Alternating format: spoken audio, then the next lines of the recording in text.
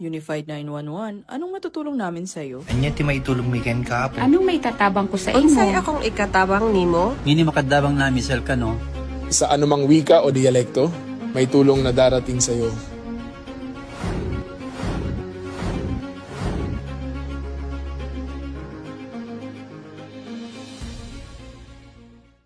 Lingkod sa bawat Pilipino at magbibigay ng tamang impormasyon para sa tahimik at maayos na Pilipinas. Police News Network, alagad ng batas, tagapagtaguyod ng balitang pulis, sandigan ng mamamayan, patnubay ng katotohanan.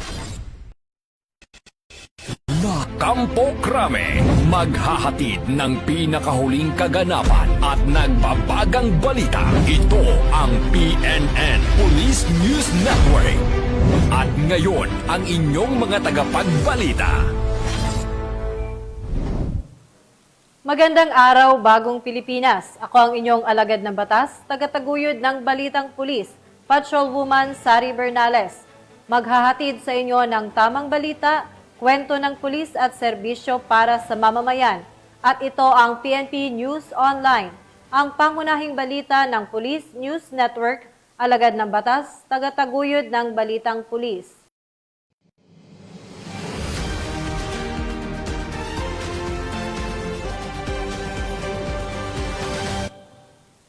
Narito ang mga balitang dapat niyong abangan.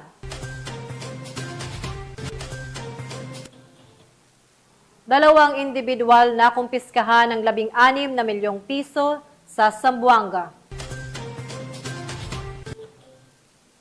Pulis tinulungang manganak ang isang individual sa gitna ng isang operasyon. At mahigit 3,000 halaga ng ilegal na droga nasamsam sa Negros Occidental.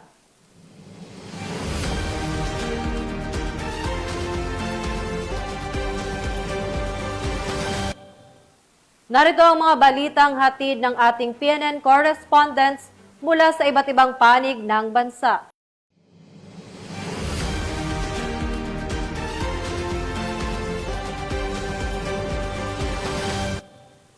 Simulan natin ang balita mula sa bahagi ng Luzon.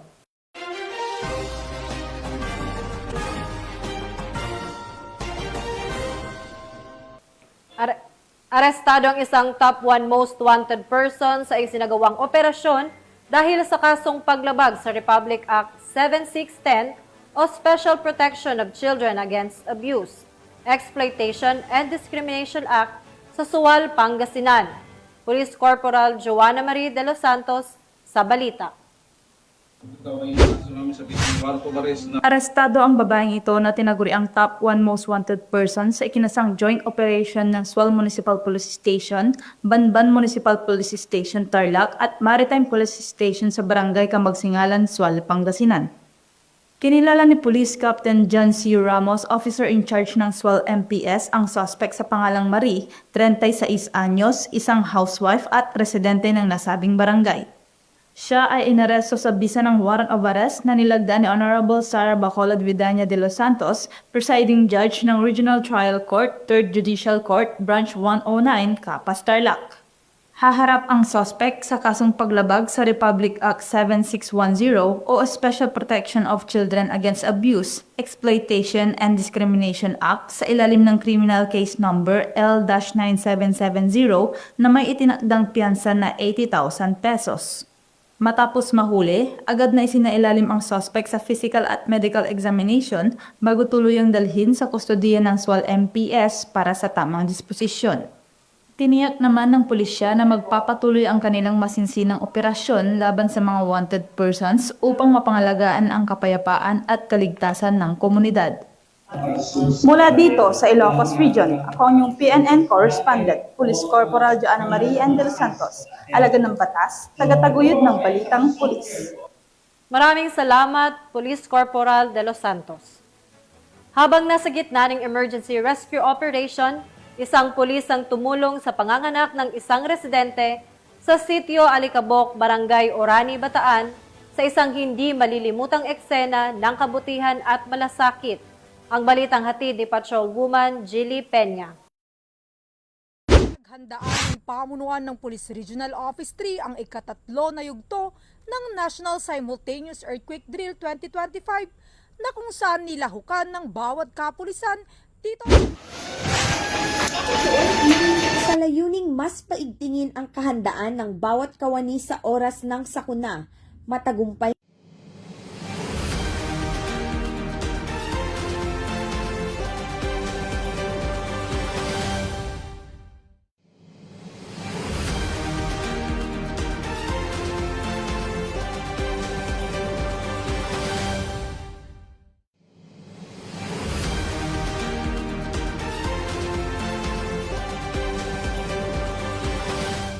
Handaan ng pamunuan ng Police Regional Office 3 ang ikatatlo na yugto ng National Simultaneous Earthquake Drill 2025 na kung saan nilahukan ng bawat kapulisan dito sa Camp Captain Julian Olivas, City of San Fernando, Pampanga. Ang buong paghahanda na pinangunahan ni Police Colonel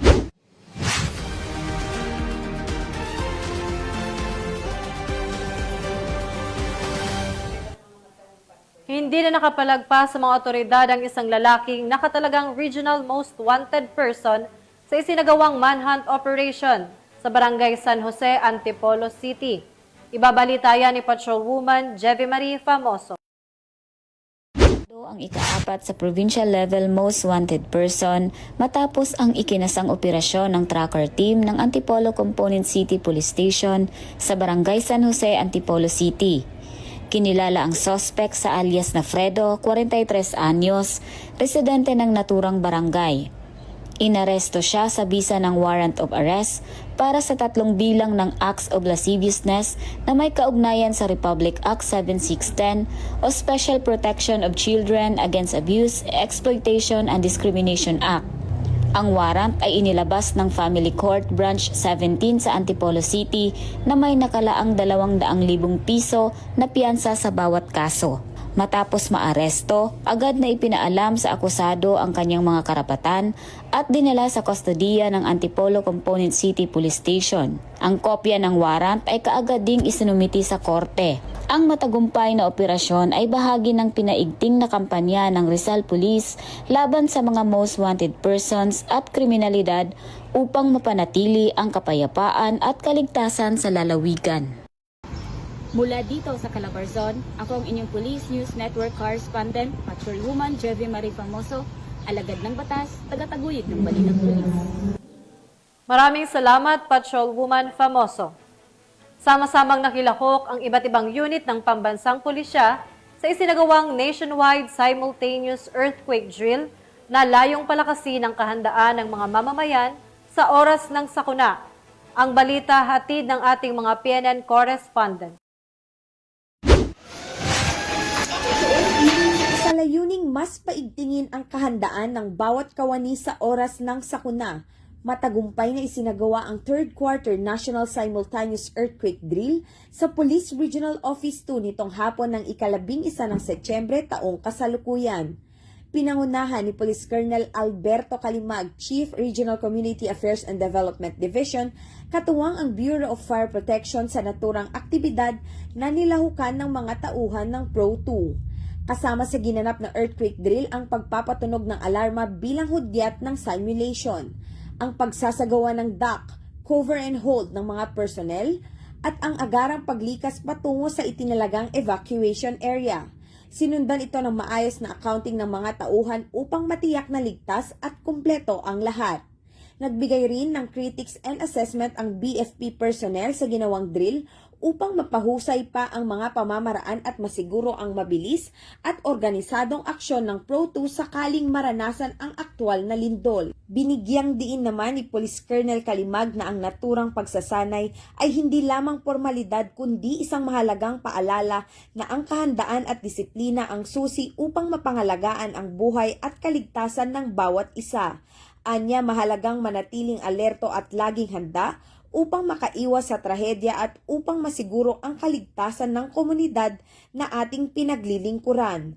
Patuloy ang pambansang pulisya sa pagsusulong ng kahandaan at kaligtasan para sa isang ligtas at matatag na bagong Pilipinas. Mula dito sa Lambak ng Cagayan, ako ang inyong PNN correspondent, Patrolwoman Lainey Lorenzo, alagad ng batas, tagataguyod ng Balitang Pulis.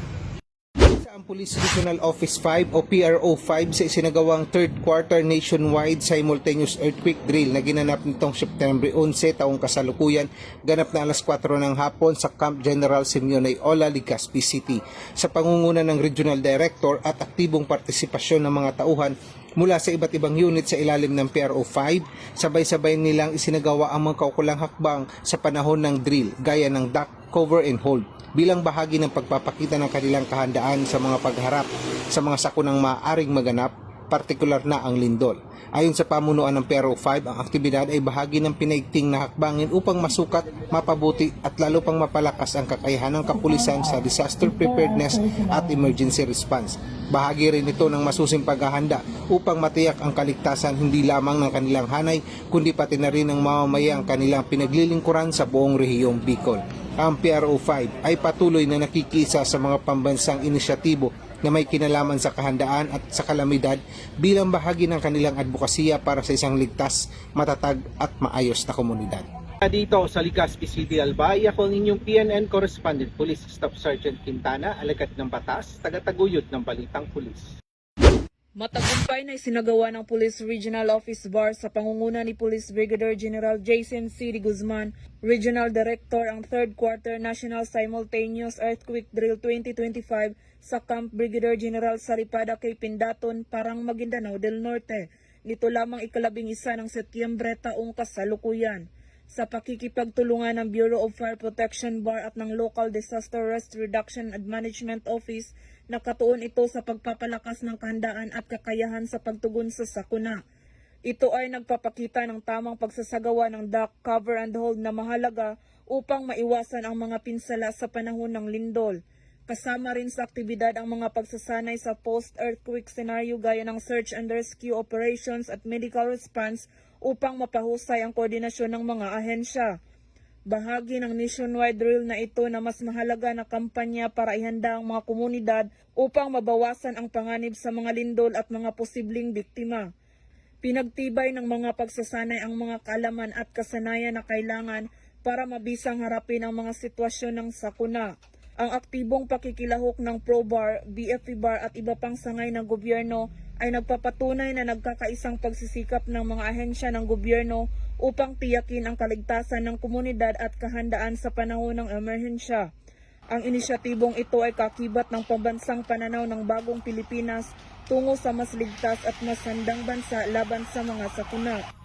Mula rito sa rehiyon ng Bangsamoro, ako ang inyong Police News Network Correspondent, Patrolwoman Maricris Algabre, alagad ng batas, tagataguyod ng Balitang Pulis.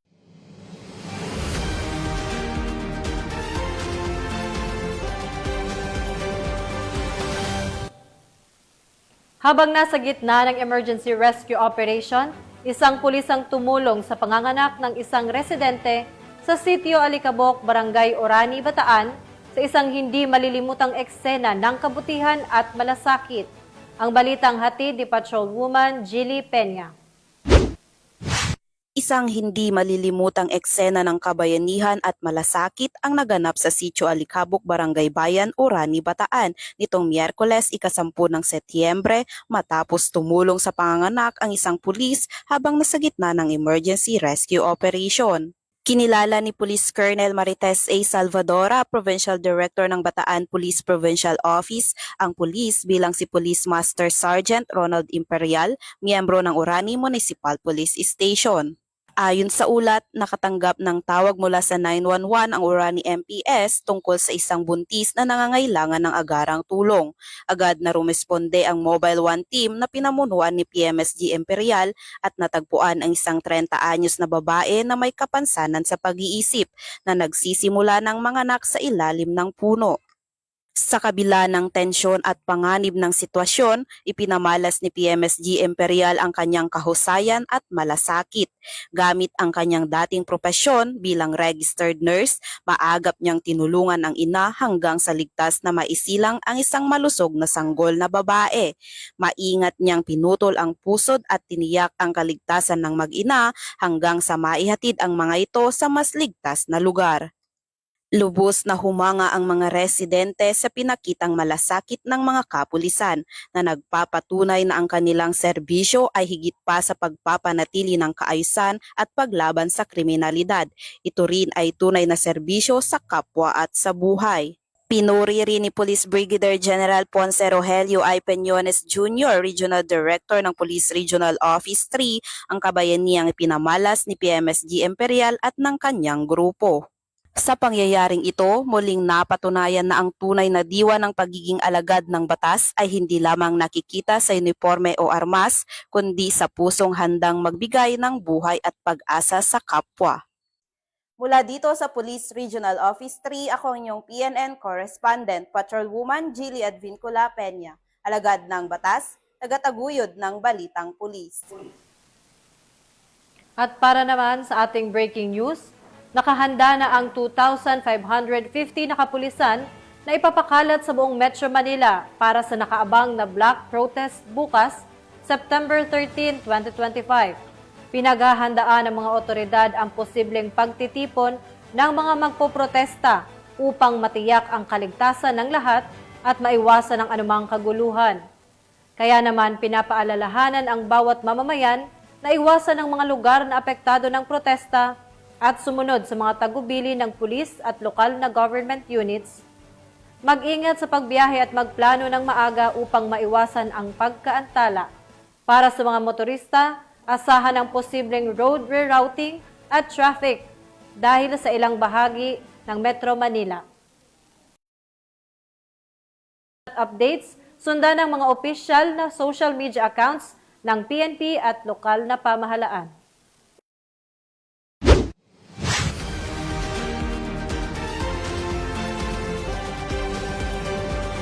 Bat ng mga kapulisan ng 68,000 pisong halaga ng ilegal na droga mula sa 2 menor de edad sa ikinasang buy-bust operation sa Cebu City. Yan ang tinutukang balita ni Patrolwoman Annalyn Canoog. Nasabat ng mga otoridad ang nasa 68K na halaga ng hinihinalang shampoo mula sa 2 menor de edad sa nilunsad na buy-bust operation sa Sitio Bato, Barangay Ermita, Cebu City nitong Miyerkules, 10 ng Setyembre sa taong kasalukuyan. Kinilala ni Police Major Tom Ed Tagui II, Station Commander ng Police Station 5, Cebu City Police Office, ang mga suspect na sina alias Makoy, 17 anyos at alias Arnold, 15 anyos, kapwa residente na nabanggit na lugar. Dako alas 2:20 ng hapon nang magsagawa ng buy-bust operation operatiba na kung saan naaresto ang mga suspect. Nakuha mula sa kanila ang 9 na pakete ng hinalang shabu na aabot sa 10 gramo at may standard drug price sa 68,000 pesos at buy-bust money. Agad na dinala ang mga suspect sa nasabing himpilan para sa dokumentasyon at tamang disposisyon. Matagumpay pong nakapagsagawa ng buy-bust operation ang ating Station Drug Enforcement Unit sa Sitio Bato, Barangay Ermita, Cebu City nitong alas 2 ng hapon, September 10, 2025. Sa nasabing operasyon ay naaresto ang 2 menor de edad. Muling pinapaalalahanan ng Carbon Police Station 5 ang publiko, lalong-lalo na sa ating nakasasakupan, partikular sa mga kabataan at kanilang mga magulang, na iwasan at labanan ang tukso ng paggamit at pagbebenta ng ipinagbabawal na gamot. Ang droga ay hindi lamang nakakasira ng kinabukasan, kundi nagiging sanhi din ito ng krimen at iba pang kaguluhan sa ating komunidad. Naniniwala ang Carbon Police Station 5 na ang tagumpay laban sa iligal na droga ay nakasalalay hindi lamang sa aksyon ng ating kapulisan, kundi sa pakikisa na rin ng ating komunidad. Patuloy ang maigting na kampanya ng kapulisan laban sa illegal na droga bilang bahagi ng advokasya para sa ligtas at maayos na pamayanan sa ilalim ng bagong Pilipinas. Mula dito sa Cebu City, ako ay yung PNN correspondent, Patrolwoman Annalyn N. Canoog, alagad ng batas, tagataguyod ng Balitang Pulis. Maraming salamat, Patrolwoman Canoog. Nasamsamang mahigit 300,000 pisong halaga ng iligal na droga sa ikinasang buy-bust operation sa Sagay, Negros Occidental. Patrolwoman Ladylin Bansagon sa report. Ang dating miyembro ng Philippine National Police ay naaresto sa ikinasang buy-bust operation ng Police Regional Office Negros Island Region sa Purok Doldol, Barangay Poblacion 2, Sagay City. Ito lamang ika-10 ng Setyembre taong kasalukuyan. Nasamsam mula sa operasyon ng iligal na droga na may timbang na humigit kumulang 45 gramo at may kabuuang halaga na tinatayang 306,000 pesos batay sa standard drug price. Kinilala ang sospek na si alias Tata, 30 taong gulang, dalaga at residente ng Purok Roas de Baybayon, Barangay Old Sagay, Sagay City, Negros Occidental. Kinumpirma din ni Police Lieutenant Colonel Alvimar M. Flores, hepe ng Sagay City Component Police Station na si alias Tata ay dating miyembro ng PNP, ngunit na-dismiss noong October 31, 2023. Nahuli siya matapos positibong iabot sa isang police pusher buyer ang isang sachet ng hinilaang shabu kapalit ng marked money. Nakumpiska mula sa suspect ang isang pirasong sachet ng shabu bilang buy-bust item. Idagdag pa ang 6 pang sachet ng shabu sa kanyang pag-iingat.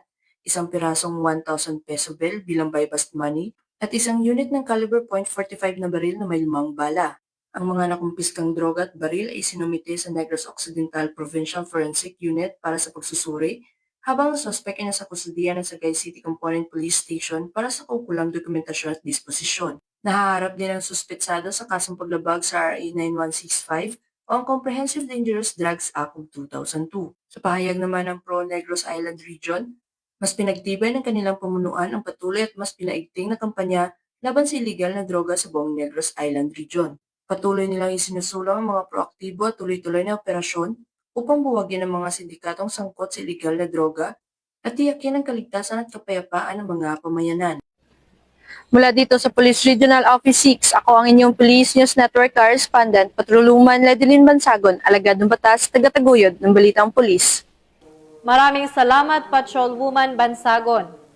Sa mas pinaigting na kampanya kontra terorismo, voluntaryong nagbalik loob ang isang dating miyembro ng Communist Terrorist Group sa pamahalaan ng Northern Samar. Ang buong detalye ng balita mula kay Patrolwoman Camberley Flores. Yung nagbalik loob sa pamahalaan ang isang miyembro ng Communist Terrorist Group sa Barangay Calachuchi, Catarman, Northern Samar. Ang pagbabalik loob ay resulta ng matagumpay na pakikipagnegosasyon ng mga tauhan ng 1st Northern Samar Provincial Mobile Force Company kasama ang Catarman Municipal Police Station. Samantala, nakatanggap naman ang nagbalik loob ng agarang tulong na bigas mula sa mga kapulisan. Ang nasabing surrendery ay nasa kustodiya ng 1st Northern Samar PMFC para sa kanyang posibleng enrollment sa programa ng ating gobyerno na Enhanced Comprehensive Local Integration Program o ECLIP. Patuloy ang panawagan ng pambansang pulisya sa iba pang mga miyembro ng CTGs na iwaksi na ang maling ideolohiya at magbalik loob sa ating pamahalaan upang makasama ang pamilya, mamuhay ng payapa at patuloy na sumuporta sa mga programa ng ating gobyerno. Mula dito sa Police Regional Office 8, ako ang inyong PNN Correspondent, Patrolwoman Flores, alagad ng batas, tagataguyod ng Balitang Pulis. Maraming salamat, Patrolwoman Flores. Narito naman ang mga balita mula sa bahagi ng Mindanao.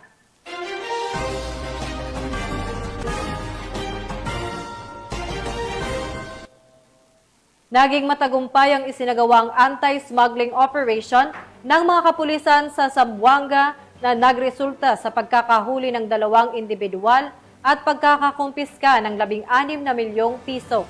Ang kabuuan ng balita mula kay Patrolwoman Joyce Franco.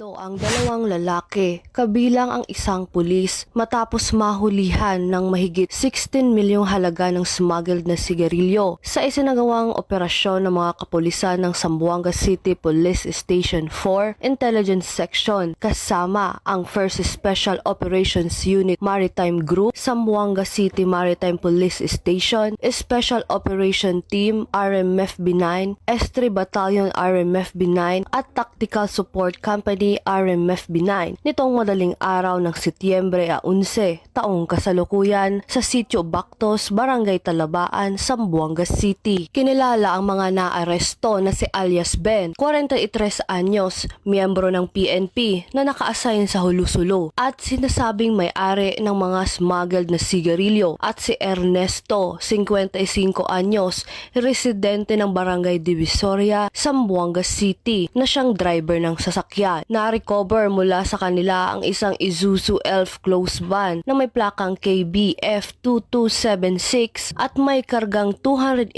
master cases ng iba't ibang brand ng sigarilyo na tinatayang nagkakahalaga ng 16,158,600 pesos. Ang mga sospek ay kasalukuyang nasa kustodiya ng Zamboanga City Police Station 4, habang ang nakumpiskang kontrabando at sasakyan ay isinailalim na sa Bureau of Customs para sa wastong disposisyon. Pinuri ni Police Brigadier General Elizar P. Mata, Regional Director ng Police Regional Office 9, ang matagumpay na operasyon laban sa smuggling at binigyan diin ang kahalagahan ng pagpapatuloy ng mga hakbang kontra iligal na kalakalan sa rehiyon. Ayon kay Police Brigadier General Mata, malinaw na ipinapakita ng operasyon ang matatag na paninindigan ng kapulisan na protektahan ang maritime borders at pigilan ang pagpasok ng mga smuggled goods na nakakasama sa mga ekonomiya at lehitimong kalakalan ng bansa. Patuloy ang investigasyon upang alamin ang lawak ng operasyon ng smuggling at ang posibleng pagkakasangkot ng ibang pang personalidad sa naturang iligal na aktibidad.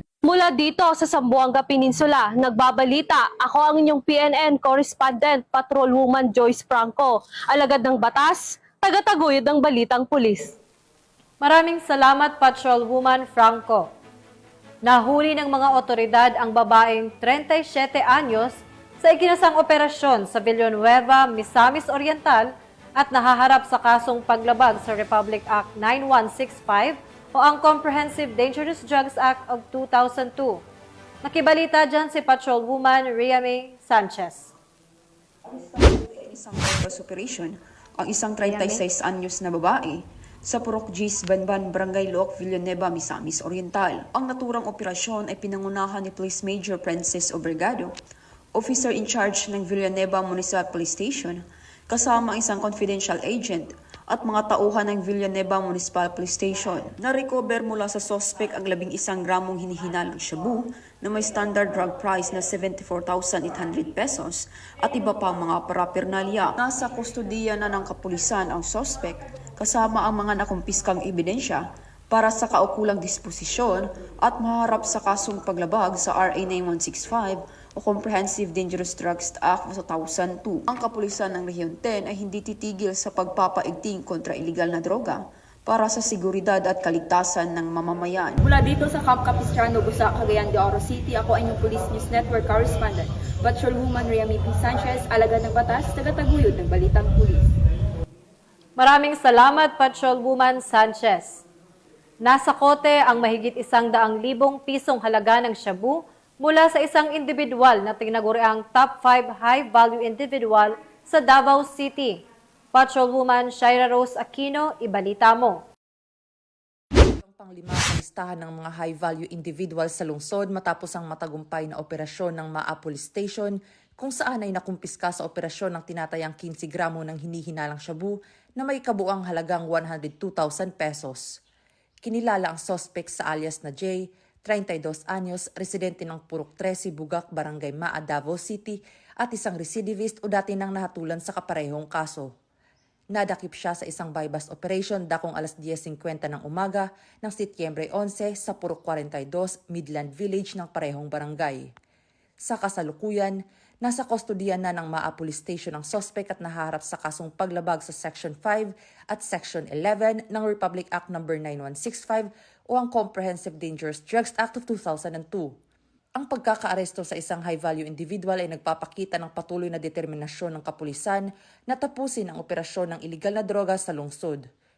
Mula rito sa Police Regional Office 11, ako ang inyong PNN correspondent, Patrolwoman Shaira Rose Aquino, alagad ng batas, tagataguyod ng balitang pulis. Maraming salamat, Patrolwoman Aquino. Pinangunahan ng Sultan Kudarat Police Provincial Office ang isinagawang opening ceremony ng 3-day Barangay Peacekeeping Action Team sa ginanap na Municipal Hall ng Lutayan, Sultan Kudarat. Ang buong detalye ng balita mula kay Patrolwoman Dina Morales. Pinangunahan ng Sultan Kudarat Police Provincial Office ang pagbubukas ng 3 araw na Barangay Peacekeeping Action Team Training na isinagawa sa Municipal Hall, Barangay Tamnag, Lutayan, Sultan Kudarat. Ito lamang ika-10 ng Setyembre taong kasalukuyan. Pinangunahan ni Police Colonel Bernard L. Lau, Provincial Director ng Sultan Kudarat PTO, ang pagbubukas ng naturang aktibidad. Dumalo din ang lokal na pamalaan ng Lutayan sa ilalim ng pamumuno ni Municipal Mayor Honorable Dato Yasin S. Mangoda Dato at nagbigay din ng suporta ang Lutayan Municipal Police Station. Nasa 79 na mga miyembro ng DIPAT mula sa 11 na barangays ng Lutayan ang isinailalim sa training na nakatutok sa community policing, disaster preparedness at epektibong diskarte sa pagtugon upang mapanatili ang kapayapaan at seguridad sa komunidad. Sa seremonya, inihatid ni Police Colonel Lau ang kanyang mga mensahe ng suporta na nagbibigay diin sa kahalagahan ng pagkakaisa sa pagpapaunlad ng kapayapaan at kaayusan. Mula dito sa Rehiyon 12, ako ang inyong PNN Correspondent, Patrolwoman Vina Morales, alagad ng batas, tagataguyod ng Balitang Pulis. Maraming salamat, Patrolwoman Morales. Matagumpay na naisakutuparan ang isinagawang Declamation and Poster Making Contest kaugnay sa paggunita ng 31st National Crime Prevention Week na ginanap sa Pro 13 Multipurpose Center, Camp Colonel Rafael C. Rodriguez, Butuan City. Ibabalita yan ni Patrolwoman K. Francisco. Namayagpag ang Butuan City Police Office matapos masungkit ang unang pwesto sa parehong declamation at poster making contest bilang bahagi ng pagdiriwang ng 31st National Crime Prevention Week na ginanap sa Police Regional Office 13 Multipurpose Center, Camp Colonel Rafael C. Rodriguez, Butuan City, nito lamang Setyembre taong kasalukuyan. Dinaluhan ng mga estudyante, magulang at coaches mula sa iba't ibang probinsya ng Caraga. Ang aktibidad na layong mahikayat ang kabataan na makibahagi sa kampanya laban sa krimen at maipamalas ang kanilang talento. Sa declamation contest ay nagwagi ng unang pwesto si Miesha Ray Estranolia mula sa Agusa National High School, samantala sa poster making contest ay unang pwesto ang nasungkit ni Riza Angel H. Rolio mula rin sa nasabing paaralan. Ang selebrasyon ay pinangunahan ng Police Regional Office 13 sa pamumuno ni Police Brigadier General Marshal Mariano P. Maestrado IV, Regional Director ng Police Regional Office 13. Mula rito sa rehiyon ng Caraga, ako yung PNN Correspondent, Patrolwoman K. Francisco, alagad ng batas, tagataguyod ng Balitang Pulis. Maraming salamat, Patrolwoman Francisco. At yan ang mga balitang nakalap ng ating PNN correspondents mula Luzon, Visayas at Mindanao. Sa ngalan ng pamunuan ng Pambansang Pulisya, sa pangunguna ni Acting Chief PNP Police Lieutenant General Jose Melencio Nartates Jr. at sa pamumuno ni President Ferdinand Bongbong Marcos Jr., kami ay maglilingkod sa bawat Pilipino at magbibigay ng tama at balanseng balita sa bagong Pilipinas. Mula rito sa tanggapan ng tagapag-ugnay ng Pambansang Pulisya, kami ang inyong alagad ng batas, tagataguyod ng Balitang Pulis. Maghahatid sa inyo ng tamang balita, kwento ng pulis at serbisyo para sa mamamayan. At ito ang PNP News Online, ang pangunahing balita ng Police News Network.